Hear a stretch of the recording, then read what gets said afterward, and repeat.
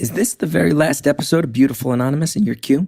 Check out Call Your Girlfriend, a podcast for long-distance besties everywhere.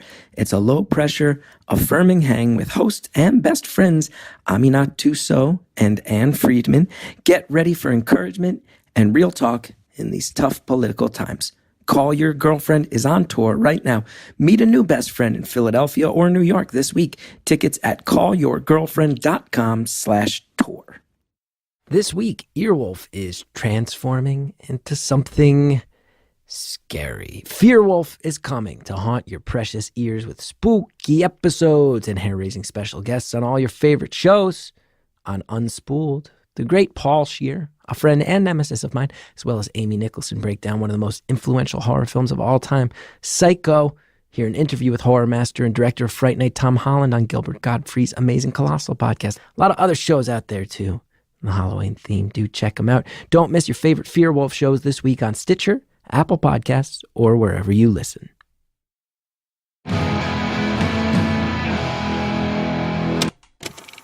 Hello to all my insect photography enthusiasts. It's Beautiful Anonymous. 1 hour, 1 phone call, no names, no holds barred.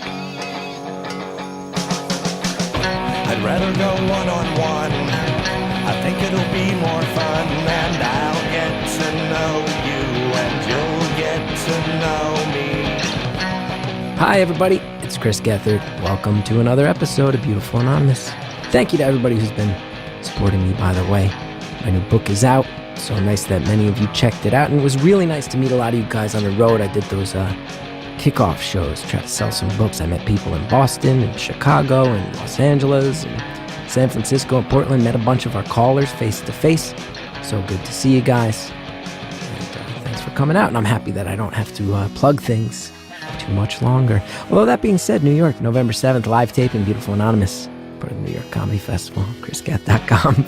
There's tickets. That one's sponsored through the Conan O'Brien stage. It's cool. I feel very flattered about that. This week's call. This is an interesting one.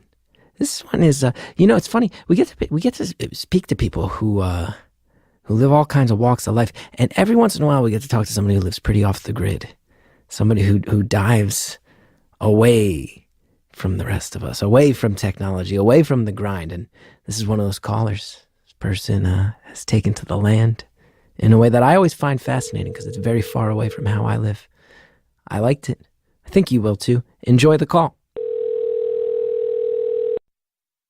Thank you for calling Beautiful Anonymous. A beeping noise will indicate when you are on the show with the host. Hello?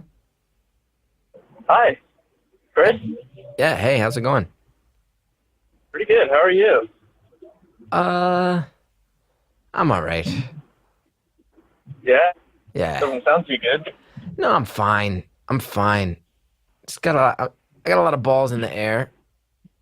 I'm dealing with some career stuff, but it's all good because I got a very happy life and I'm pretty blessed. That's the honest answer. That's awesome. Now, how are you? I'm good. I'm about 2 hours into an 8-hour drive down the East Coast. Wow. 2 hours in? Are you by yourself? Yeah, just solo road trip. I love a solo road trip. Yeah. I think there's During healing the powers. course of this call, I might even be passing by your home city. Really? West Orange, New Jersey? I meant New York. You're in New York. That's my adopted city. Passing through. So adopted city. So right. let's see. So I don't want to out you too much, but if it's 2 hours of an 8-hour trip, that means you probably started in Upper Connecticut, maybe Rhode Island, and you're heading something like that. And then you're heading towards maybe Virginia or North Carolina. That's my guess. Somewhere there. Yeah. I like you. You're a vague mystery man. I like you. You're keeping it vague. Yeah. That's cool. And we hear some nice ambient road noise there. We can hear the tires hitting the highway. I hope that's not too annoying. No, here's exactly what'll happen is some people will say on the Facebook group that it's annoying for like the first 2 minutes, and then everyone's going to forget that it's happening. So if you're out there getting annoyed right now at the ambient noise, sit back, enjoy it. You're going to forget about it. It's all good, everybody. It's kind of soothing. It's actually kind of soothing. Gotta not sweat the small stuff. You have to. What is your deal? I like you already. Keeping your locations vague. Don't sweat the small stuff. Solo road trip. Well, I'm going home for the first time since about April, after moving away from my home state. I'll just tell you, it was near D.C., and I couldn't deal with D.C. anymore, so I had to get out and go somewhere a lot more rural. You did? Yeah, I did. I live in the forest half of the time now. What? What are you talking? What are you talking about? What? So you got tired of Washington D.C. and moved to a forest 8 hours away. So yeah, I live in a nice, relatively small town half the time, and live in a forest the other half of the time, because of my job, which is that I am a wilderness therapy guide. Wilderness therapy? Yeah. I love therapy, but I've never done wilderness therapy. What's that? So we take kids who, maybe they've suffered some kind of trauma, or they were caught shoplifting too many times, or they're not going to school, and we put them in these small groups where they're out there for like 85 to like 100-ish days at a time, and they just have to work through their problems in order to move through the program, and it forces them into these situations that like pushes their negative patterns of like responding to situations in ways that they can learn from their mistakes in a way. Wow. Yeah. So 3 months at a time, you'll take troubled kids into the woods and live with them for 3 months. So I'm there for a week at a time, and then I have about a week off, and then I go back. So I work week on, week off. Yeah. Because I would imagine. Just because if I was out there all the time, I would not be able to help these kids. I would have the like stamina for that, you know? Yeah. What's the age range of these kids? So it's about 14 to 17. Wow. And is it a co-ed program? Is it all guys that you're dealing with because you're a male guide? They've started to change it up a little as there are more kids who don't subscribe to like binary genders. But for the most part, they are separated into boys groups and girls. Right. Which I would imagine if you're living for months at a time and it's kids involved, it clears up a lot of I understand the impulse. Now, 14 to 17-year-olds, already notoriously rebellious and hard-headed. On the best days, teenagers are known for this. We all go through it. Yeah. Then you're working with teens who are troubled and, reading between the lines, troubled enough that their parents will say you have to go live in the woods for 3 months. So this is not an easy decision for parents to make. This is not summer camp. This is rehabilitative. These are truly troubled teens you're helping out. Yeah. They're not there to have fun, and most of them are not having fun. Wow. It's absolutely not a summer camp. And and just so I get the lay of the land, are a lot of the kids familiar with the wilderness? Are they coming from more city areas? Like where are these kids from? Yeah, most of them are from city areas. So a lot of these kids have never been, are not exposed to the wilderness on a regular basis. Yeah, we've got kids who have never gone on a hike in their life. We've got kids who don't know how to cook for themselves, which is not something that they have to be able to do. Wow. Wow. Yeah, yeah. So what's that first week like? Well, luckily, I was pretty well prepared by the training, but man, it was really like meeting these kids and like working with the other guides and like trying to figure out how to get them to move forward. It's a phenomenal experience. Yeah, I can imagine. And just again, not to focus on all the sensationalistic points, but just the questions people have. Some of these kids who are troubled and who have had brushes with the law and are now away from home in an environment that they've never been to, is there fear of people running away? Is there fear of violence? Like, you guys have to, I would imagine as the guides, you have to brace yourselves pretty hard for a lot of stuff. Oh, totally. Yeah, we have to be ready for anything. What type of stuff? You know, there's always the worry that someone's going to get into like a fist fight or something, or like try to run away. Those are always there. But mostly it's like the emotional stress. Yeah. Of just like, because honestly, like I haven't met any kid in this program who's a bad person. Like they're all good kids who made awful choices or who just like, for whatever reason, aren't able to fit into society the way that they're supposed to, the way that they're expected to. I'm not worried about getting attacked on a daily basis by any of these kids. It's more of being present emotionally all the time to be able to support them and how wearing that is. Yeah, I would imagine. I would imagine too. There's no phones or iPads out there. That's not what this is about. Oh no, they have nothing. Nope, none of that. That's another thing that I would imagine your average 15, 16-year-old doesn't like that either right now. Yeah, that's right. Occasionally we'll have to transport them somewhere in a van and they're all super excited to listen to whatever on the radio because that's all they can.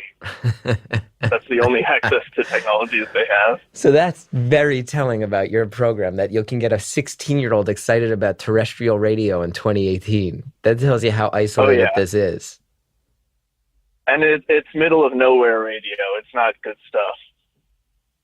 Wow.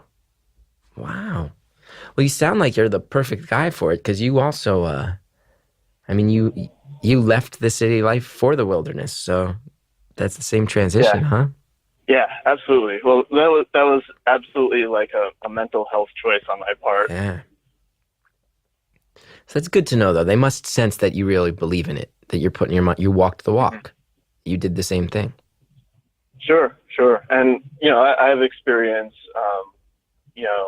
backpacking and working out in nature. Last year I worked on a farm, which was a very interesting experience, very small farm in Pennsylvania.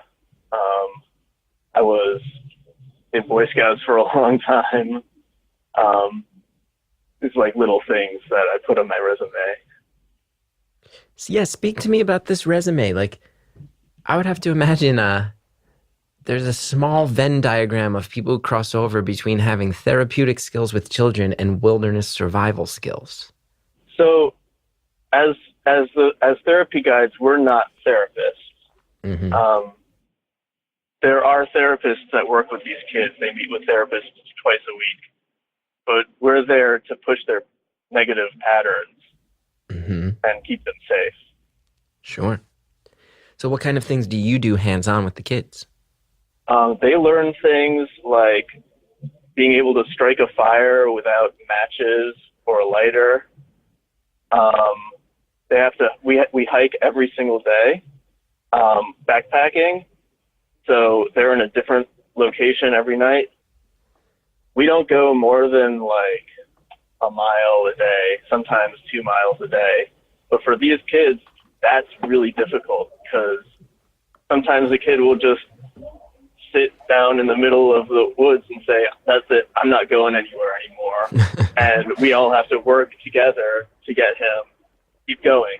Because if one kid is sitting there holding everyone else back, it becomes everyone's problem. The other kids can't progress through the program unless they're all working together. Right. So they have to explain to this kid how his actions affect them. Yeah. Yeah. Which is not easy for any teenager to do, but especially not these teenagers. So it sounds like, as far as your role, like you said, you're not a therapist. It sounds like you are in many ways what one would expect from like a traditional wilderness guide if you went on a backpacking trip or a canoeing trip, the types of stuff you hire a wilderness guide for, except you also have to be prepared at any given moment for like a truly soul-searching, life-changing conversation. Yeah, totally. Wow. Absolutely. And you know, obviously I can't go into too many details about the individual students. Yeah. But yeah, I've definitely had some serious conversations with these kids.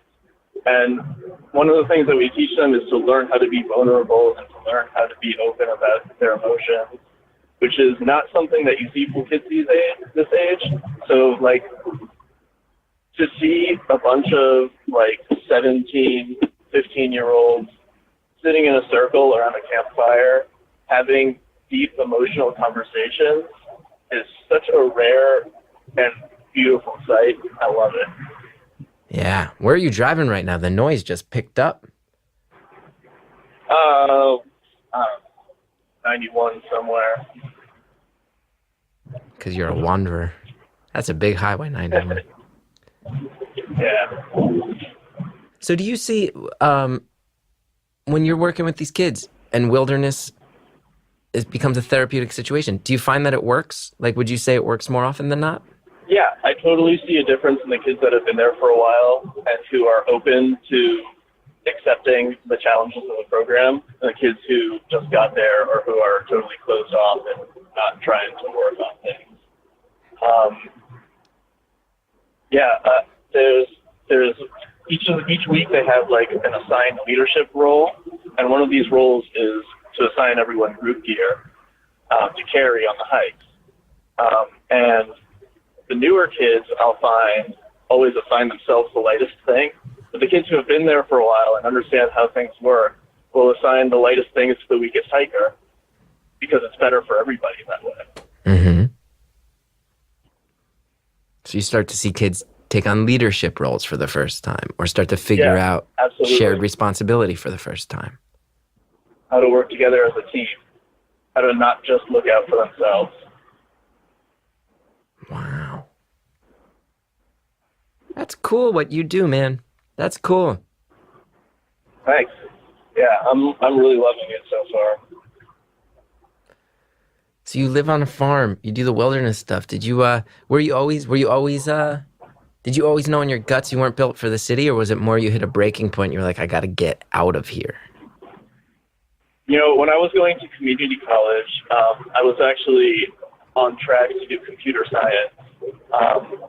And at some point I was sitting in a classroom full of computers trying to like code some JavaScript, whatever thing.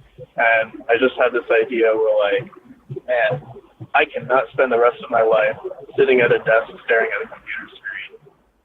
And when I went to a 4-year school, I majored in environmental studies. And yeah, that's where I was at. You just switched it up. I was at home. Yeah, now I do like insect photography in my free time. I know, yeah, it's totally different from where I was. Wow. But even at the time that I was doing computer science stuff, like I said, I was in the Boy Scouts when I was a kid. Like I was an Eagle Scout. Yeah. So I was going camping all the time. But it never really occurred to me until that point that was something that I could spend my life doing instead of just something I did on the side. Yeah. And you think it'll be your life now, or at least for a while. Yeah. I don't really like to plan ahead, so I'm going to keep doing this until I'm bored with it. I don't see that happening anytime soon.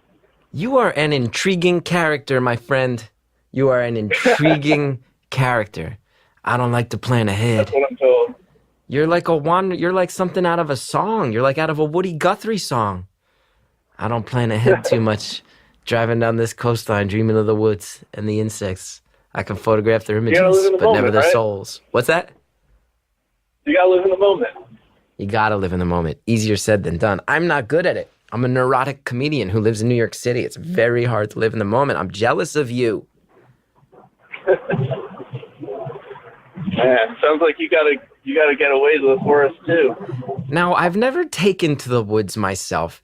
My wife is a huge fan. We're going camping in a couple of weeks. I'm not much of an outdoorsman. I'm clumsy. I'm weak. I love air conditioning.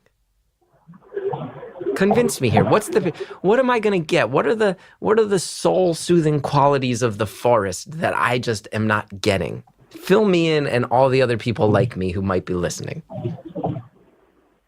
There's the sound of the leaves rustling in the wind, crickets chirping, birds chirping, the feeling of dirt under your fingernails, the smell of campfire clinging to your clothes, and sticking into your hair for days after you leave the woods. Walking through the woods, who knows what you'll find. Like, I saw an amazing salamander the other day. I don't know. I just like nature. Nature's great. Now, I feel like I can get most of that if I just watch Planet Earth on Netflix, and then I don't have to get dirt under my fingernails. But that's part of the fun. The dirt? Yeah. Yeah, no, it's true. I like getting my hands dirty. It's fun once in a while. I'm more just like trip and fall, and then I can't carry heavy stuff, and I feel weak, or my knee will give out, and I'll be complaining. And I have glasses, so I can't see. Yeah, but if you keep doing it, you'll gain that strength. That's true. That's true. Well, walking in the woods isn't like walking in a hallway because you have to constantly be aware of what's on the ground. Yeah. Yeah. Now, I'm going to ask you a personal question, if that's okay. And I might be wrong. Sure. So you're on a solo drive. You take to the woods. You photograph insects. And sure, you work with kids, but it's teaching them about how to get in touch with nature.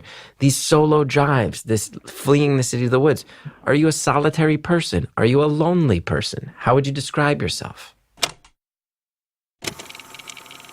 I think that's a good time to take a break, to ponder the loneliness that lives within all of us, myself included. You know what sometimes fills loneliness in a commercial world is products and services. Luckily, we have both for you. We'll be right back with more phone call.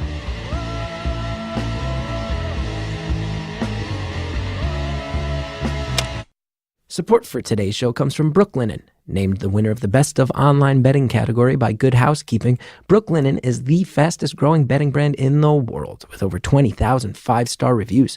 Their mission? To bring 5-star hotel quality sheets to everyday life, offering luxury sheets without the luxury markup. Their method? Eliminating the middleman to keep things personal. From design to manufacturing to customer service and beyond. I sleep on Brooklinen sheets. What can I say except that I tend to sleep better on them than I do your average sheets. What better do you need here than that? My Brooklinen sheets are the best, most comfortable sheets I've ever slept on. Brooklinen.com is giving an exclusive offer just to my listeners. Get $20 off and free shipping when you use the promo code BEAUTIFUL at brooklinen.com. Brooklinen's so sure you'll love your new sheets. They offer a risk-free 60-night satisfaction guarantee and a lifetime warranty on all of their sheets and comforters. The only way to get $20 off and free shipping? Use promo code BEAUTIFUL at brooklinen.com. That's BROOKLINEN.com. Promo code's BEAUTIFUL. Brooklinen. These really are the best sheets ever. Using millions of real women's measurements, Third Love designs its bras with breast size and shape in mind for an impeccable fit and incredible feel. With cups from A through H and bands up to 48, Third Love offers double the number of sizes that most other brands offer. Plus their bras, they got tagless labels. That means no itching. Straps that won't slip, lightweight, super thin memory foam cups, ultra soft smoothing fabrics. Can't go wrong. Remember, if you, for some reason you're not loving it, returns and exchanges are free and easy. That's very good customer policy right there. Customer service at its best. My wife has used Third Love. She enjoys it. She said the detailing on the straps was very impeccable. She liked the process by which she was able to choose her own size, fill out her own information. And you know that if my wife endorses something, it's good because she has no interest in BS in you guys. So you can trust her. Third Love knows there's a perfect bra for everyone. So right now they're offering my listeners 15% off your first order. Go to thirdlove.com/beautiful now to find your perfect fitting bra and get 15% off your first purchase. That's thirdlove.com/beautiful for 15% off today. Thanks again to all of our advertisers. Now let's get back to the phone call. These solo drives, this fleeing the city of the woods. Are you a solitary person? Are you a lonely person? How would you describe yourself? I definitely like my alone time. I wouldn't say that I have a ton of friends. The friends that I have are really close. I get anxious in large gatherings. I dislike wearing fancy clothes. Yeah, not a fan of large social gatherings at all. Can I ask how old you are? Yeah, no worries. I'm 26. 26, so a young man. I feel like you are actively planning to be one of those guys. Like there's an archetype that I have encountered, and you're one of those people. To be there's an archetype of wilderness therapy guys. Not a wilderness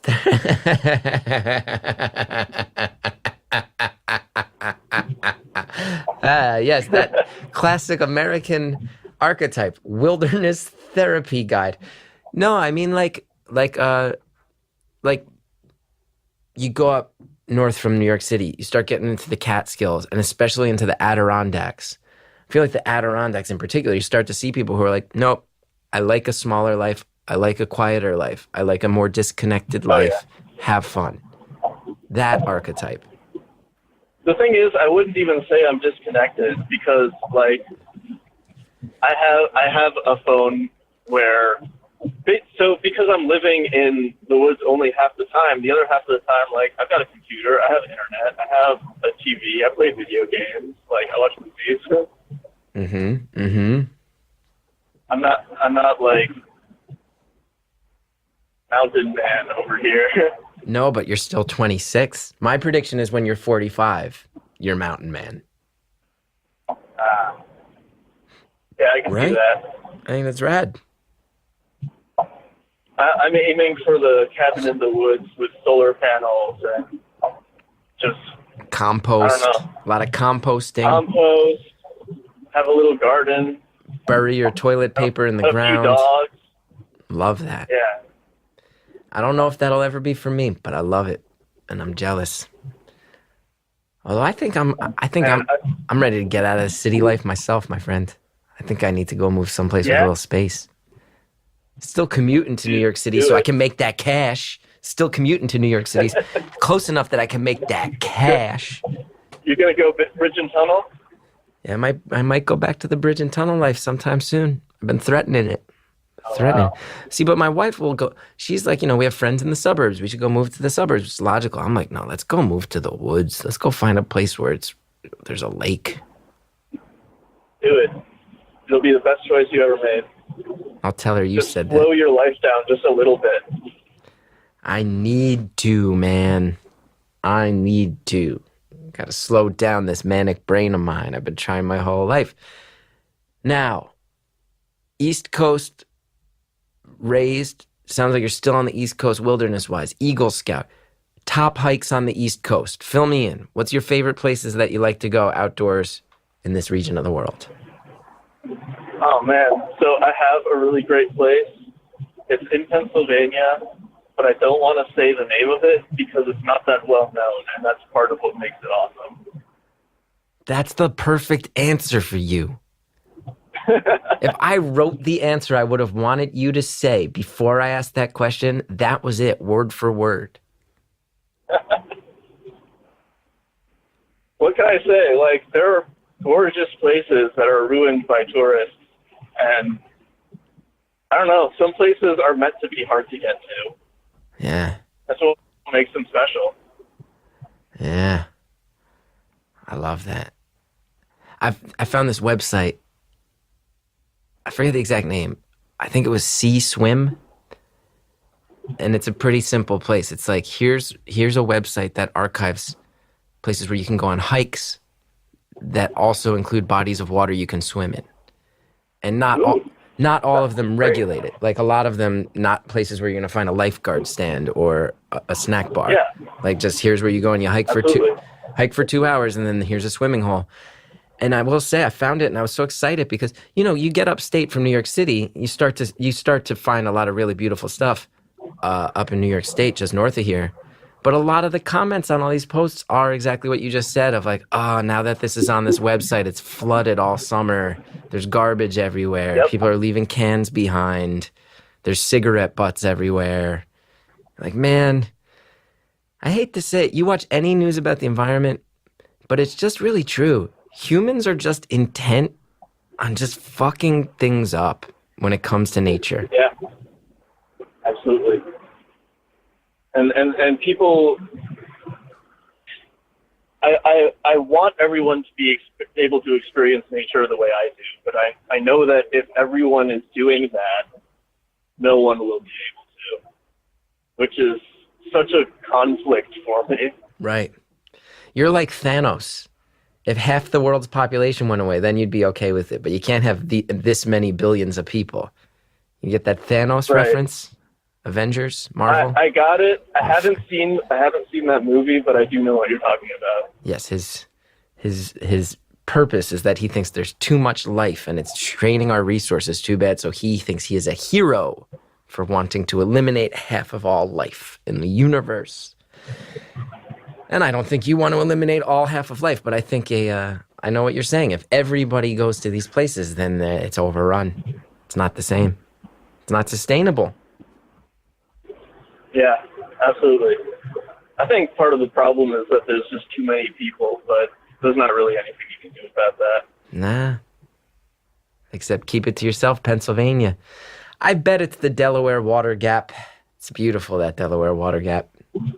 Oh, sure. Played that answer close to the vest. Been there. Oh, I bet that's exactly. Now you're trying to leave decoys. Now you're trying to pretend. Okay, now I know it's the Delaware Water Gap because bullshit, you've never been to the Delaware Water Gap. It's not anywhere near Delaware, and I've never been to the Delaware Water Gap. Oh, you'd love it. You gotta check it out. But actually, you probably wouldn't love it because it's a place where you can like pay $40 and go tubing for the day, and then they pick you up at one end of the river. You'd probably hate that, right? There's a place for that, absolutely. Yeah. Harper's Ferry is like that. Harper's Ferry. I have no problem with Harper's Ferry. I like you. So you got a place in Pennsylvania. Are there any... Okay, here, let me reframe the question. You have your place in Pennsylvania that's your favorite place, but you don't wish to share it so as not to soil it. Are there any places that don't fit that description of being soiled that would maybe be the intro level, beginners level hikes that someone like me would dip their toes in that you're like, yeah, that's a good place for people like you to go? I'm not going to go to this remote fucking fantasy land in Pennsylvania. Sorry, Sally. Anyway, so what are there places where you're like, yeah, no, this is a place where a lot of people go that's actually pretty cool. You can learn how to do it the right way, and it's not so much backbreaking work. Have you ever heard of Skyline Drive in Virginia? I have. Is that the Blue Ridge Mountains? So it's close to the Blue Ridge Mountains. Mm-hmm. It's in the Shenandoah Mountains. The Shenandoah. That sounds beautiful. It's this 2-lane road that just goes through the ridge line of the Shenandoah Mountains, and you just drive through, and like you get these amazing vistas, and just like there's places to pull off the road and go hiking. I hike to the top of some mountain and look out on all these small towns in Virginia. It's beautiful in the fall, all the leaves changing colors. Amazing. Wow. I like it. I like that pitch. And that's a good place where I can go with a car So if I got to poop, I can drive to a bathroom. I actually don't know if there are bathrooms on Skyline Drive. I'd imagine there are. I don't know. I really have no idea. I love that you I answered would that just one pull as over the side of the seriously. road and pee on a tree. Yeah, but I can pee on a tree, but the number 2, this whole idea you got to dig a hole and then you got to bury it, it sounds very stressful to me, and sometimes it takes me a long time. Takes like 30 seconds to stick a shovel in the ground. The digging might take 30 seconds. I'm saying that the process. Oh, I got you. Yeah, but squatting while you poop is healthier. I have heard this rumor. I have used one of these squatty potties. It takes just as long, and I just feel a little exposed. It's just a more natural way to sit, The humans did not evolve to sit on a toilet. You squat over a hole in the ground and everything just slides out. I'm so mad at myself right now. Because I have you, this introspective dreamer, this modern day philosopher, this man of nature, and I somehow, 30 minutes in, the exact halfway mark, I have yet again managed to make this podcast about poop. We can steer away from poop if you want. I've been waiting for someone to say that my whole life. I have no particular attachment to poop. Fair. So let's get back to your job. Here's a question I have. It might be a sensitive question, but I get the sense that I can ask you stuff. You won't mind. So you're helping troubled kids. You're someone who wasn't content with city life. Did you have a troubled childhood? Is that part of why you're compelled to do this? No, I wouldn't say I had a very troubled childhood. I had an interesting high school experience in that until through middle school, I was going to a small private school where I knew everybody. But for various reasons, I had to leave that school and ended up in this massive public school and didn't make a single friend for 4 years. That was pretty much the most troubling thing that happened to me when I was a teenager, and I got through that. But you were also doing Boy Scouts the whole time. Yes, yeah. So I was in Boy Scouts during that time. So that gives you a little bit of a social... I mean, it sounds horrible to be isolated during school. It's not easy, but it doesn't sound like you're...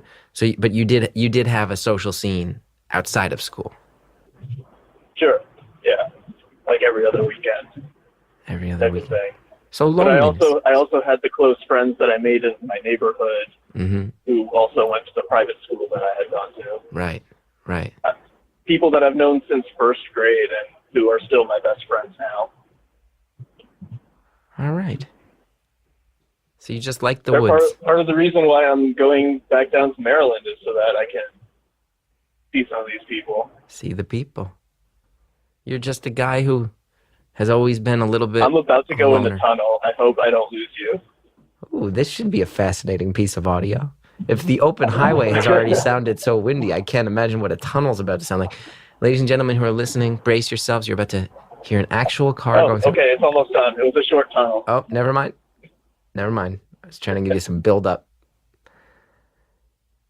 That tunnel thing was pretty anticlimactic, actually. I said it was going to be fascinating audio. Sorry about that. No, it's my bad. I shouldn't. I know you were excited for the tunnel. No, I'm just trying to sell the sizzle on this tunnel thing. I'm like, okay, we might have a tunnel situation here. I got to make it try to sound like exciting found audio that none of us expected. Trying to be a good, strategizer as far as my audio output goes. And here I am caught yet again looking like an asshole. I don't think any of your listeners think you're an asshole. No, I'm just kidding around with you. I think what you do is cool. I like the way you're doing it. I like this life.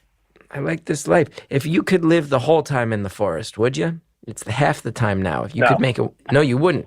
You're not looking... No, I don't think I would. You're not looking to be like Thoreau out here. You're not looking to be totally off the grid. No. Nothing like that. Ooh, watch out. You got a motorcycle chasing you. Oh, no, just going uphill. That was your car. All right. But No, I'm not trying to live my whole life out in the woods. Like, I like air conditioning. Yeah. I like the internet. Yeah. I like video games. Uh-huh. That's cool. I'm just excited about the new Smash Bros. Game as anyone else.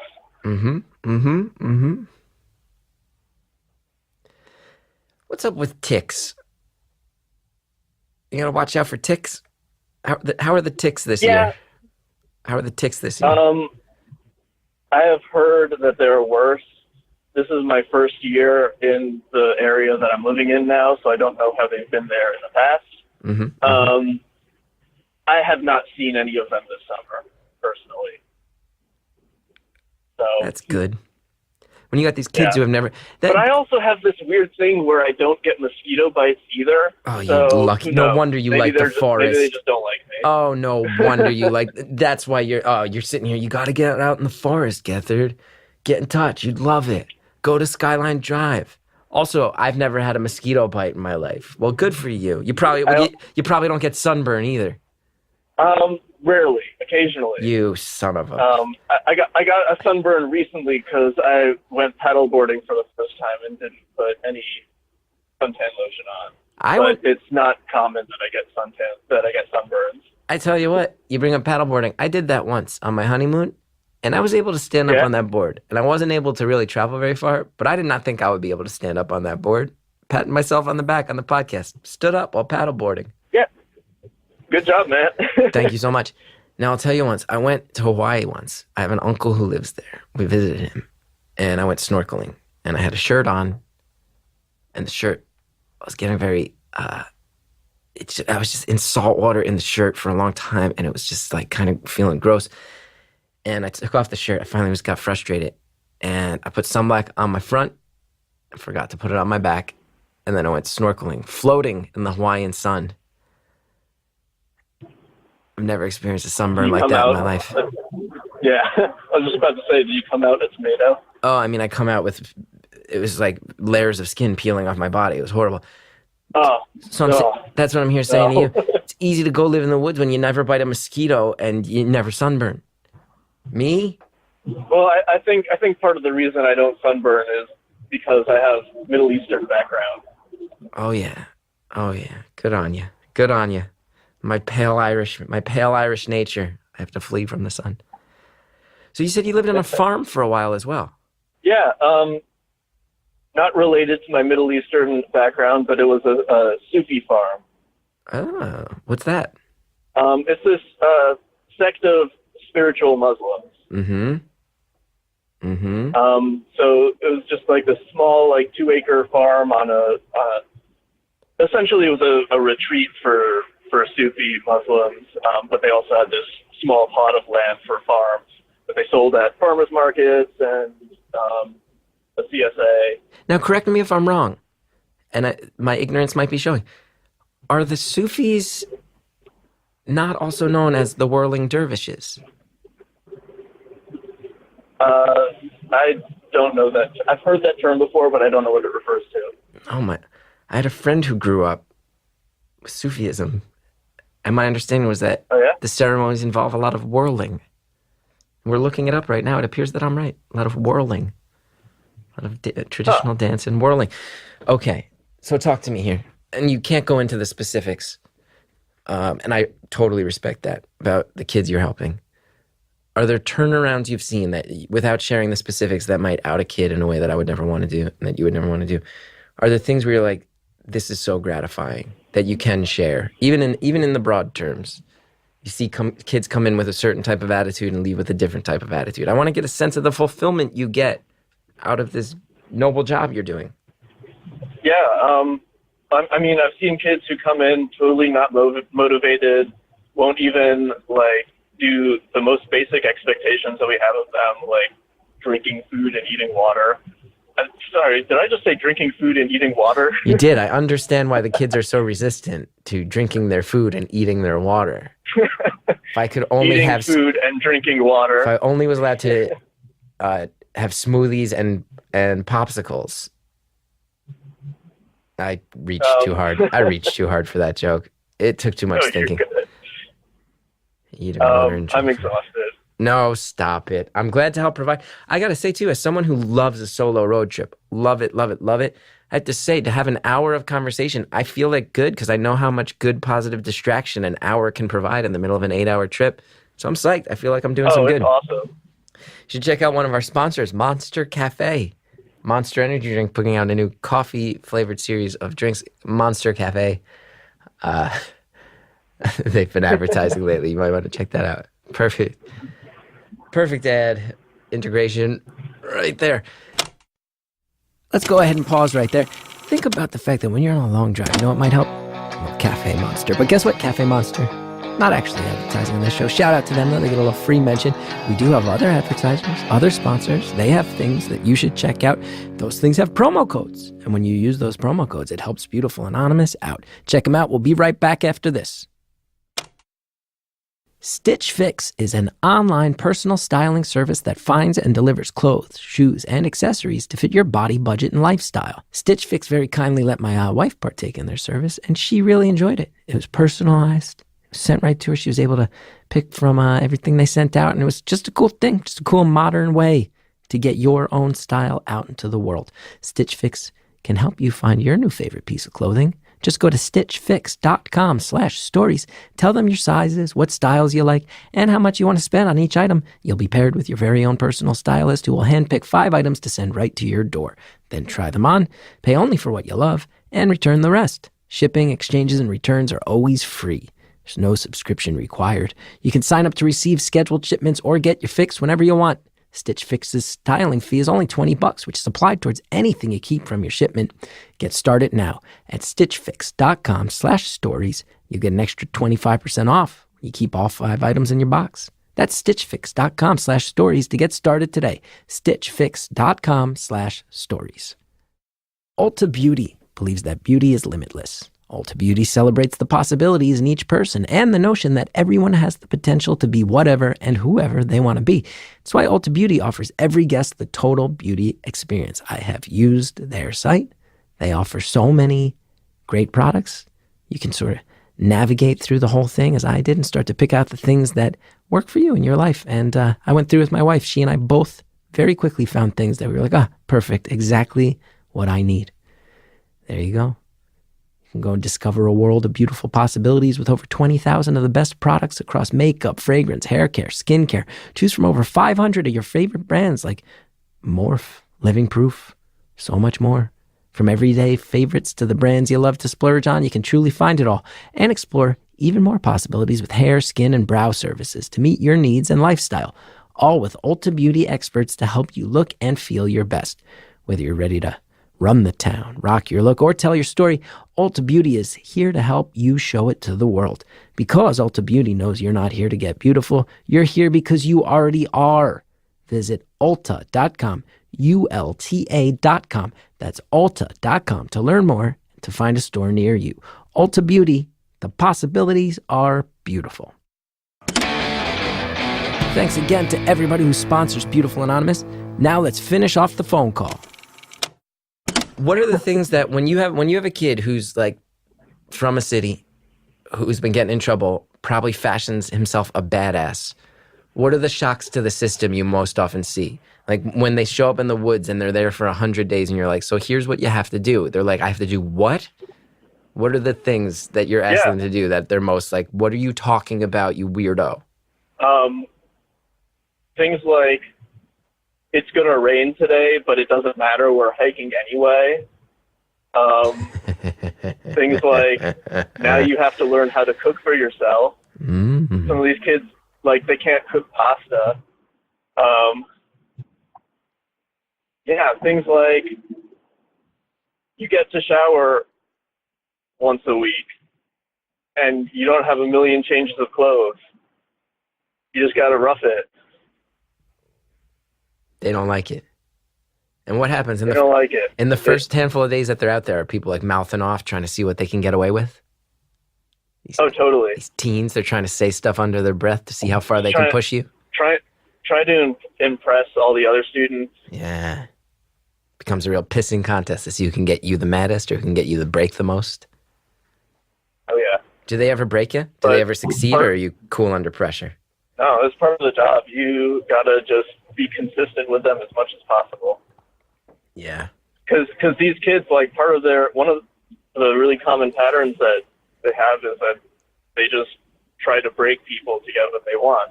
Right. So we're just trying to interrupt that expectation. Right. So you know these kids are going to come out of the gate swinging in the early days. Yeah, totally. Wow. That's cool. What you do is cool. Do you find that most of what they're getting out of it is like the actual nuts and bolts? Oh, now I've learned how to cook for myself. I've learned how to take care of myself. I've learned how to pack up after myself. I've learned how to be responsible. Is it the actual like day-to-day responsibilities, or is there some sense of spirituality with the wilderness that they're exposed to that's helping them? It's more like the fact that they're in a small group without like just the distractions of the modern world, where they have to actually face their problems and work together and like be able to figure out tough situations. It's less about like the spiritual healing power of nature, which I totally think is a real thing, but it's not what we're focused on. You're not pushing it. No. If they find it, they find it. And I bet they often do.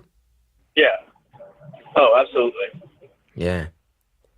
How often? Although I've asked the kids if they would ever go backpacking again. And typically their answer is no, because their only experience of it is this program where they're forced to do things that they don't want to do. Right. Well, it does sound to me in some way like these are kids who might be destined for a juvenile program if they don't clean up their act. And this is a stopgap measure that's somewhere between summer camp and boot camp. Like, it does sound like it is somewhere between that, at least in their minds. It's a mandated thing. They're not signing up for this. This is a chance to maybe dodge a life that involves a correctional facility, but also one that's maybe an early dip into the waters of like, you're going to be forced to go live in an environment as a punishment. Yeah. A lot of these kids are just bummed that they're missing a summer. Yeah.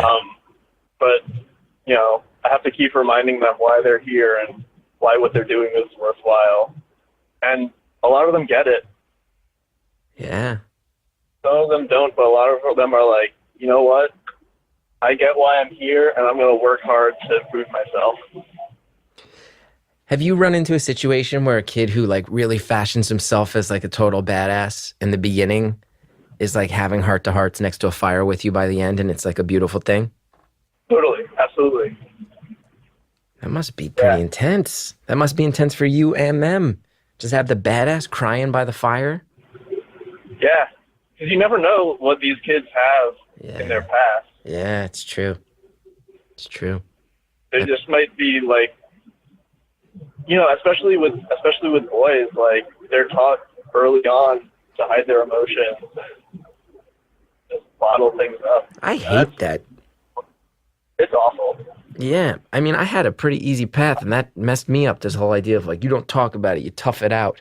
No one even thought I was tough. No one even thought I was tough, and I felt like I had to tough it out. If you're a tough kid from a tough place and you really have to tough it out to survive, that must really mess you up something fierce when you're 15, 16 years old. Absolutely. I wasn't from a tough place, but yeah, that totally affected me too. Yeah. At some point, like, I learned to be open with my emotions, and I was so much happier after that. God, I love crying. I love it. I love crying. I love therapy. I love having heart-to-heart talks. I love a good gab session with a friend. I need to make more room for it. I focus so much on work, but I love letting my emotions loose. Oh, man, I wish I cried more often, but for whatever reason, I just don't. Listen, I'll go hiking if you start crying more. Okay? How about that's the deal? I'll go to Skyline Drive and I'll hike. I just bought my wife for her birthday. You know what she asked for? I got it for her. A 2-person sleeping bag. We got a 2-person sleeping bag. It's going to be real cute out there in the woods. The two of us in the same sleeping bag. That's great. Yeah. What camping tips? You got a nice tent and everything? We're going to go with some friends of ours who have a tent, and then my wife, because we don't really have a place to store a tent. So my wife's like, we're going to get a tent. Let's go camping. I'll show you that you like it, and then it's worth it for us to have a tent, rather than just buy a tent that I'd never want to use. So I'm going camping in a couple of weeks. Give me the 3 basics that I should keep in mind. What are the 3 basic things? When you're camping, do this. Always have water. Always. Always know where you're going to be getting water. Don't go out and be like, oh, it's fine, we'll have enough water. Okay. Bring, like, a water filter if you have to. Mm-hmm. Especially if you're going, like, out there. Yeah. You know, lots of high-protein snacks. Bring a camera. Ooh. My preference is something with a macro lens so you can see all the awesome insects. You love a good insect. Oh, yeah. Now, Harry's telling me bring a change of socks. He's saying socks is his number 1. Yeah. Even if you're only hiking for a day, bring extra socks. If your shoes aren't waterproof and then your shoes get wet, that sucks. That's the worst. I'll probably bring Bombas socks. I'll probably bring, again, more product integration. I'll probably bring some great Bombas socks. Everybody loves the Bombas socks. Sorry, I keep slipping products in. It's just do they make hiking socks? They do have some bigger, thicker socks. I don't know if they're actually prescribed hiking socks. Maybe I'll track down some hiking socks before my camping trip in a couple weeks. Change of socks, protein, water, camera with insect level lenses. Okay, those are some good tips, dude. I'm just gonna ask you, because you're a very philosophical person. You've got a lot to say. You're also someone who I think considers your words before you say them. I'm just gonna ask, just because I'm not sure. Are you a happy person? I'm a lot happier now than I was. But yeah, I consider myself. You know what? Actually, I think I'd rather say that I'm a content person. And what's the difference in your mind? Happiness is like this intense, fleeting emotion. I wouldn't say that what I feel is very intense, but it sure is consistent. So you're doing better than you used to be. It's consistent, and you're all right with that. Yeah. You like your life. You like your life. I used to be a very anxious person, and I'm not so much anymore. And what do you attribute that to your leaving the city and getting into the woods? Yeah, for sure. You were in D.C. Absolutely. So you mentioned you grew up in Maryland. You lived in D.C. Were you working in like politics? Were you like in the D.C. grind? No, never politics. So I went to school in Baltimore, which is like a similar vibe. Great town. I drove for Lyft for a few months, and oh man, the people who you meet, especially in DC, I don't know, just like this whole idea where like you can get into someone's car and be sitting 3 feet away from them and not say a word to them. That just, I don't know, that weirds me out. Yeah, you picked the wrong gig. Yeah, man. But it's that area. It's like people will walk down the street and they're so involved in their politics or like how they're going to get home before rush hour ends. Or like, believe me, you're talking. I know exactly. I'm a New Yorker. Okay, Washington D.C. looks nice compared to New York. How we treat each other here. It's insanity. It's insanity. Literally be on a subway car crammed shoulder to shoulder with human beings who you're physically touching, who you never make eye contact with. It's the weirdest thing in the world. It's the weirdest way to live. Oh, I know it. I'm in New York City fairly often. And I can't be there for more than a week without going insane. Yeah, I've been here for 14 years, man. And I'll lose it. Let me ask you this, because here's one of my nightmares, right? And I remember once I used to work at a job where we'd have to go take pictures of stuff. I worked at a magazine, and we were in the woods one day. And all of a sudden, this guy kind of emerges and walks by, and we realize, oh, that's like a tent. He's like living in the woods. And he's walking around clearly like, let us know he's here, and maybe also send a warning of like, this is my territory, you got to get out of here. If I'm in the woods, I come across a stranger, how do I handle that? Wave, say hi, keep going. What? I don't know. I'm a New Yorker. I don't want to wave. You're saying make eye contact and say hello to another human being and just go about my way? You don't have to say hello. Just wave and keep walking. Huh. Simple as that. Just interact with the other human being. Huh. Weird. Weird. It is weird. Okay, I'm out hiking with my wife. That's what city life will do to a brain. Oh, yeah. You're telling me. Okay, I'm going to keep going through my nightmare scenarios with you. I'm out hiking. I get separated from my group. I trip, I fall, I break my leg. How do I deal with this? So if you have a whistle, you blow the whistle 3 times, and that's the universal signal for I need help. Okay, get a whistle. I'm going to write that down. Bring a whistle when I go camping. Okay. If you are nearby water at all and can move downstream, you're more likely to hit civilization if you walk downstream. Actually, scratch that. If people know where you are or know where you were last seen, don't move. Just stay there. Okay.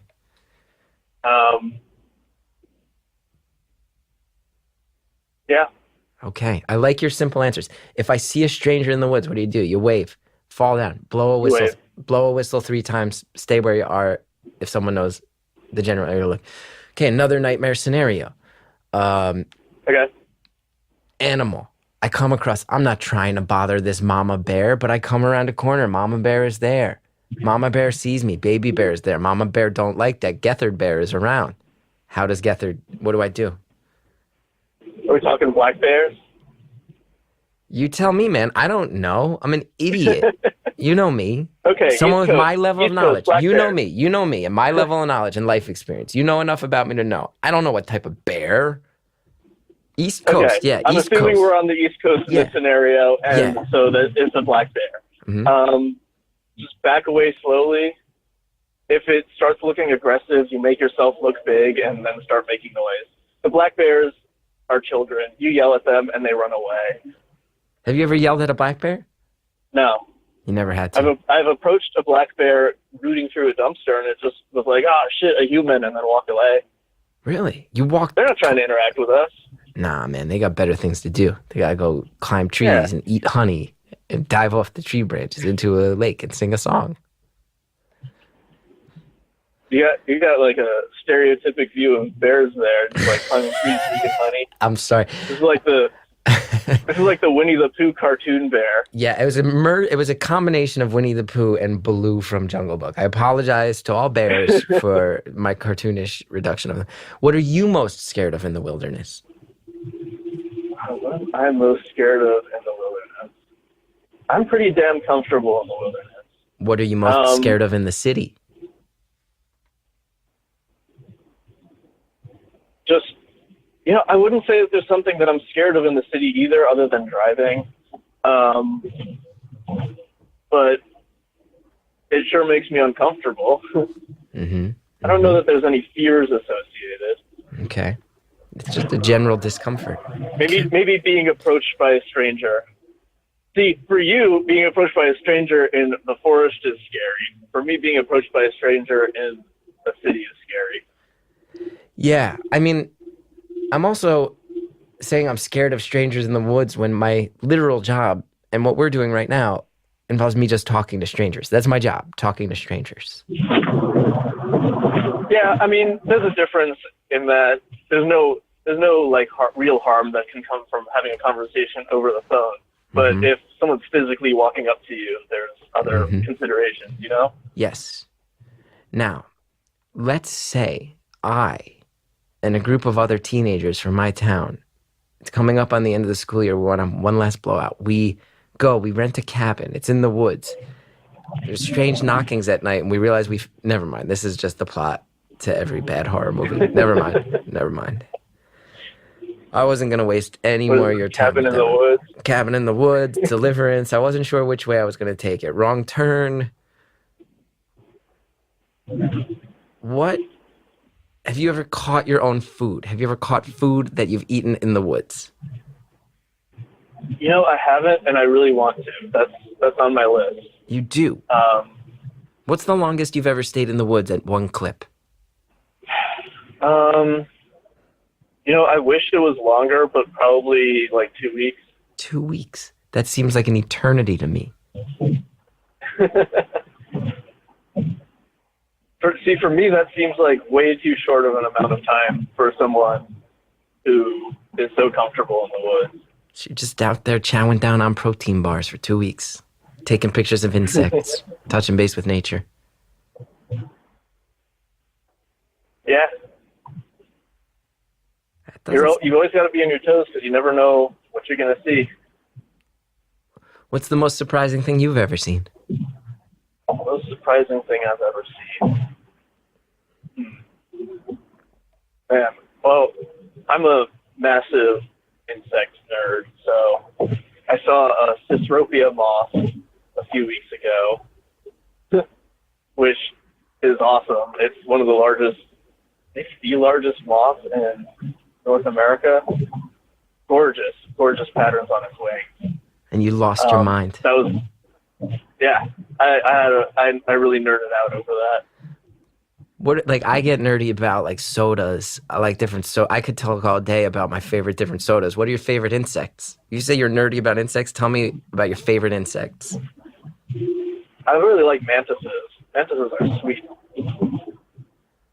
They used to show up in my neighborhood once a summer, and there was always a thing that they were endangered. It was always, you don't mess with the praying mantis. Yeah, I don't know that they're on the endangered species list anymore. I think there are certain species of them that are endangered. But if you see like the standard like Chinese mantis or what are they, the other ones? The Carolina mantis, they're pretty common. They're like, they'll look intimidating, but you can pick them up if you're not scared and just hang out with them. You and me live real different lives, man. We got 30 seconds left. Your closing, parting words to the world. And I tell you, I hope you enjoy the rest of your road trip and your time in the woods. Oh, wow. Closing words. I don't know. Just be open with each other. It's not... Man, I'm so tired of people just, like, closing themselves off and then complaining that things aren't going their way. Just communicate openly, love each other, have a good time, go for some hikes, swim in a lake with no lifeguard. I don't know, man. It's all good.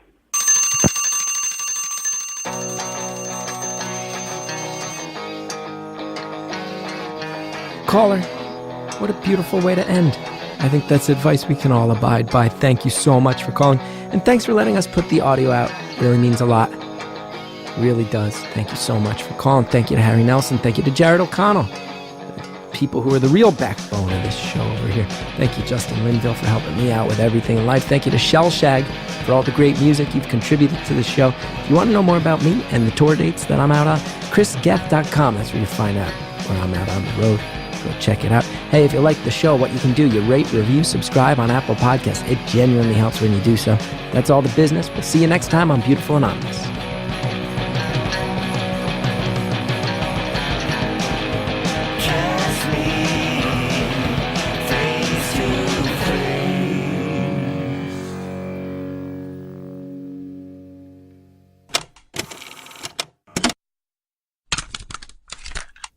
Next time on Beautiful Anonymous. You know, there's a nightmare scenario we all hear about when we're kids, but it doesn't really happen that often, right? Except for our caller. How are you tonight? I am good. I'm good. I'm kind of freezing right now because my house actually burned down on Sunday night. Whoa. So I'm kind of camping out on my family's property where the burned down house is, and it's really cold. So I'm kind of just hanging out on my couch with my electric blanket and my dogs and cats and trying to stay cozy. I'm so sorry that happened. That's next time on Beautiful Anonymous. Hey everybody, it's Chris. As you've probably heard, got a new series, Beautiful Follow-Ups. We're following up with some of the all-time great callers from the history of this show. Here's me saying hello to a bunch of them. Thank you for following up with Beautiful Anonymous. Hey, Gaff. Hello, old friend. Hello? Hello, this is... I'm not supposed to know that. It's good to hear your voice, Chris. I'm glad to be able to do this with you. Hey, it's Gethard. Hey, Gethard. Good to hear from you. Hey, is this the Puppet Master? This is the Puppet Master. How are you? Hey, this is Gethard. Chris Gethard, how are you? Beautiful follow-ups. Come join me on Stitcher Premium. We'll all catch up with some old friends together. And guess what? You get a free month if you go to stitcherpremium.com/stories. Use the code STORIES. Oh baby, come back. Oh baby, come back. It's not the same since you left. Hey, this is Arnie from the comedy podcast Hello from the Magic Tavern, a chat show I host from the magical land of Foon with my co-hosts Usador, the Blue Wizard, and Chuck, the Shapeshifter. Most weeks we interview adventurers, wedding planners, ambulatory trees. But this week we have a special episode. I am so excited to learn about the Earth lore contained in Pride and Prejudice. We're going to do a book club of Pride and Prejudice. And you said this is a well-loved book on Earth, right? Yeah, it's one of those books that people love or were forced to read, or more likely it's one of those I'm gonna get to it. And some of our most beloved guests are returning to read the book with us and enjoy some drinks and food over book club. We have Flower, we have Crom the Barbarian, and Germ. You know who they are. Maybe you don't give a crap about what an academic thinks about Jane Austen, but don't you want to know what a wizard and a badger think about it? Not enough spells. Not enough grubs. Not enough sword fights. Whether you love Pride and Prejudice or have no interest in reading it and just want to listen to a book club go really off the rails, you'll enjoy this week's Hello from the Magic Tavern. We shall defeat this book!